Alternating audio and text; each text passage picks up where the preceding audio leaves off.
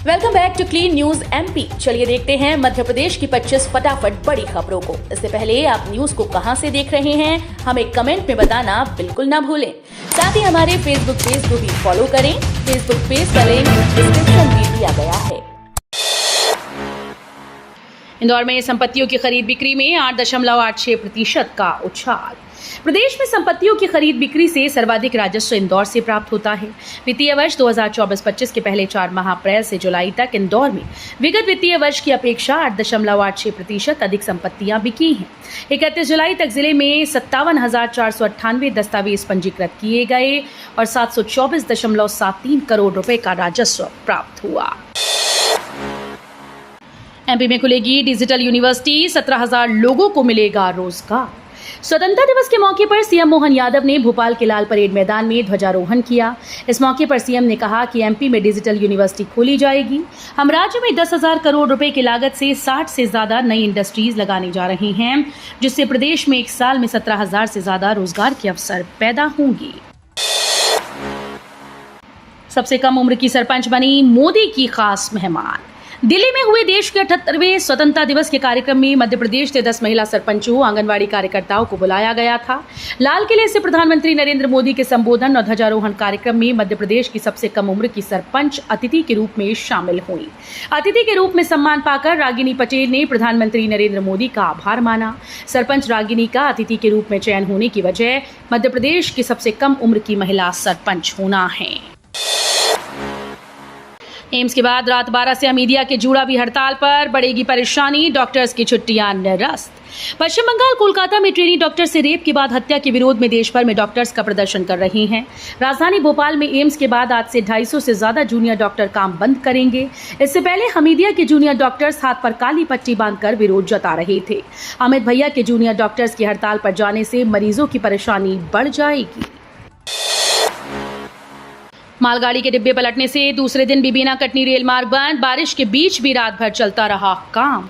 दमोह जिले के असलाना स्टेशन के पास बुधवार शाम मालगाड़ी के 60 डब्बे पलटने से गुरुवार को भी बीना से लेकर कटनी तक का रेल यातायात बंद रहा। रेलवे के अधिकारी पूरी रात बारिश के दौरान ट्रैक से मालगाड़ी को हटाने का प्रयास करते रहे, लेकिन गुरुवार सुबह तक सफलता नहीं मिल पाई। इस कारण से कई यात्री ट्रेन को स्थगित करना पड़ा और कई के रूट बदलने पड़े। रेल यातायात इंचार्ज जीएस मीणा ने बताया कि काम अभी चल रहा है। सिंगस के पहले इंदौर एयरपोर्ट से मेट्रो ट्रेन में बैठकर रेडिसन चौराहे तक पहुंच सकेंगे यात्री।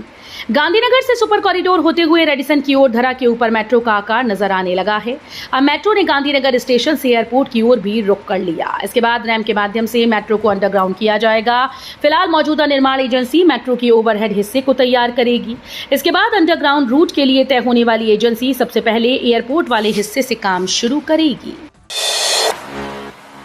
इंदौर में वाहन चोरी की वारदातों को रोकने के लिए कवायद, बाइक में ट्रैकर और मोबाइल लोकेशन से वाहन चोर पकड़ेगी पुलिस।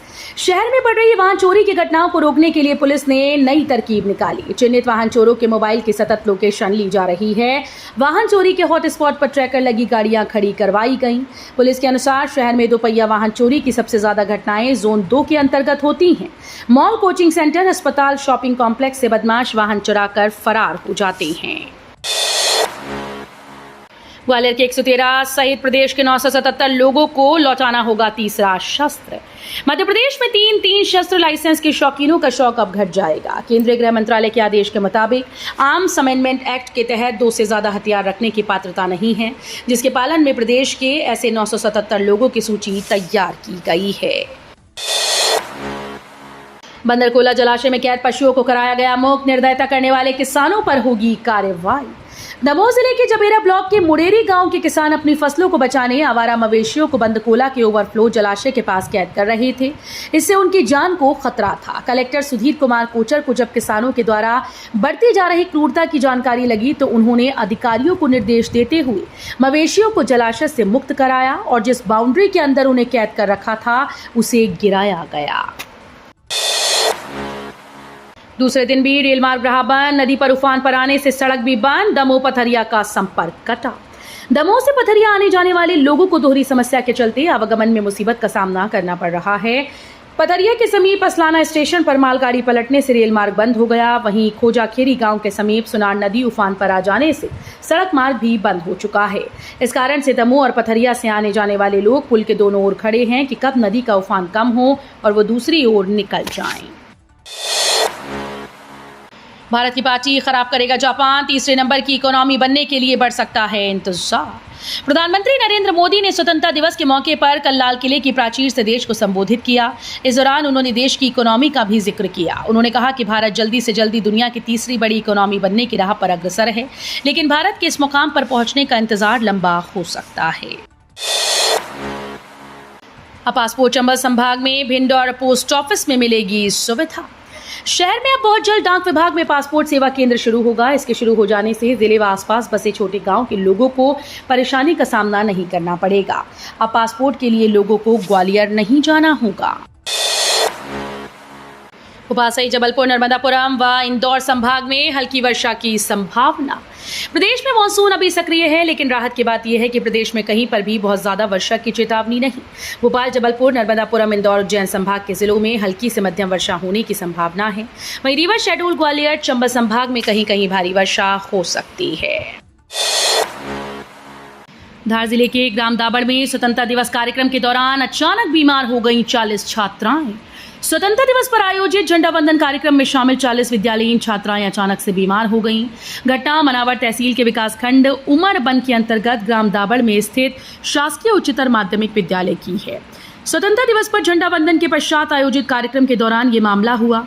छात्रों को घबराहट और बेचैनी की शिकायत होने पर नजदीकी अस्पताल भेजा गया। कुछ का प्राथमिक उपचार स्थानीय स्तर पर किया गया। वहीं कुछ बच्चों को धर्मपुरी स्थित सामुदायिक अस्पताल में भर्ती किया गया। बांग्लादेश में हिंदुओं की सुरक्षा सुनिश्चित हो, शेख हसीना का जिक्र किए बगैर पीएम मोदी ने कहा। आजादी की 78वीं सालगिरह पर पीएम मोदी ने लाल किले की प्राचीर से आज बांग्लादेश में हिंदुओं पर हुए हमलों और मंदिरों में तोड़फोड़ समेत कई जरूरी मसलों पर साफ साफ संदेश दिए। उन्होंने शेख हसीना का नाम लिए बगैर साफ कर दिया कि बांग्लादेश में जो कुछ भी हुआ उसको लेकर पड़ोसी देश के नाते चिंता होना वाजिब है। पीएम ने कहा, मैं इसको समझ सकता हूँ। मैं आशा करता हूँ कि वहां पर हालात जल्द ही सामान्य होंगी। राहुल गांधी की सीटिंग पोजीशन पर रक्षा मंत्रालय ने दी सफाई। स्वतंत्रता दिवस कार्यक्रम में कांग्रेस सांसद राहुल गांधी की सीटिंग पोजीशन को लेकर रक्षा मंत्रालय का बयान आया है। मंत्रालय ने कहा कि आगे की लाइन हॉकी खिलाड़ियों के लिए अलॉट की गई थी, जिसकी वजह से राहुल गांधी को पीछे बैठना पड़ा। बता दें कि राहुल गांधी के पीछे 2 और लाइंस थी, जिस पर कुछ मेहमान बैठे हुए थे। जय शाह ने भारतीय टीम के फैंस से किया ये वादा, नहीं दोहराई जाएगी 2023 वाली ये गलती। भारतीय क्रिकेट कंट्रोल बोर्ड यानी बीसीसीआई के सचिव जय शाह ने वादा किया कि वो भारतीय टीम के साथ गलती नहीं दोहराई जाएगी जो साल 2023 में दोहराई गई थी। आईपीएल 2023 और वर्ल्ड चैंपियनशिप 2023 के फाइनल के बीच गैप बहुत कम था, जिसका खामियाजा भारतीय टीम को भुगतना पड़ा। भारत के लगातार दूसरी बार फाइनल में पहुंचने के बावजूद विश्व टेस्ट चैंपियनशिप जीतने में विफल रहने के बाद आईपीएल की काफी आलोचना हुई थी। बांग्लादेश में अब नई मांगों को लेकर छात्रों का प्रोटेस्ट। बांग्लादेश में शेख हसीना सरकार के तख्तापलट और अंतरिम सरकार बनने के बाद अब नई मांग को लेकर प्रदर्शन और हिंसा शुरू हो गई। गुरुवार को बांग्लादेश में शोक दिवस पर हजारों की संख्या में छात्र सड़कों पर उतर आए। इस दौरान उनकी मांग थी कि पूर्व पीएम शेख हसीना को वापस देश लाया जाए और उन पर मुकदमा चलाया जाए।